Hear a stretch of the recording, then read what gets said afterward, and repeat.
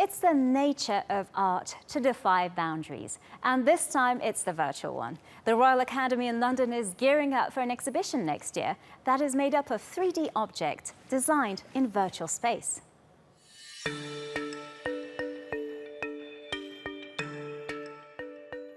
Whenever someone says art is dead, art tends to respond in a most unusual way.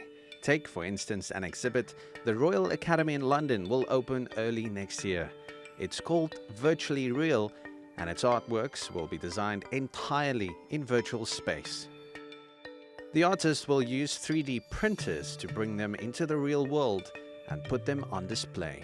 It's definitely fun. There's a lot of experimenting to do because all the software is really in its early conception, early versions. No one quite understands how these drawing softwares are going to end up being used, maybe commercially or in the arts. So everything you're doing feels quite unknown. For painters who've held brushes for years, the technology requires them to learn some new techniques. New mediums and new methods often led to new inspiration.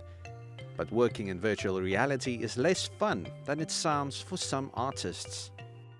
It's loosened me up in some ways, but also in other ways I've felt physically constrained. Like the first time I put the headset on, I realized I kind of got vertigo inside the environments, the work environment. So I was supposed to be drawing or kind of being quite expressive with my body.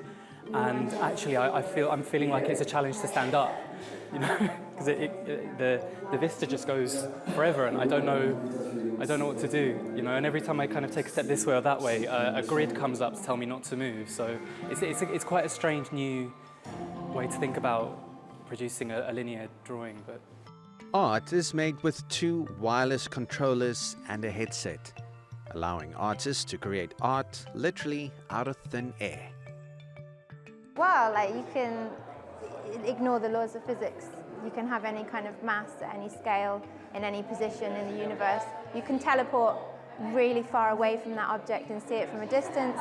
You can teleport inside it.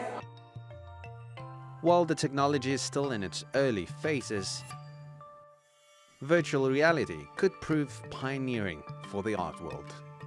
So the exciting thing about virtual reality is that for the first time ever, we're bringing the real world together with the imaginary or the virtual world. And as you can see here tonight, we're having artists go into the virtual world, create new pieces of art, and then we're going to bring them out of virtual reality into the real world as 3D printed objects. So that's the world first. Once the objects are printed, visitors to the Royal Academy can put on headsets and then interact with the artwork. Unlike other exhibits, they'll be able to walk through and over them when the exhibit opens in January.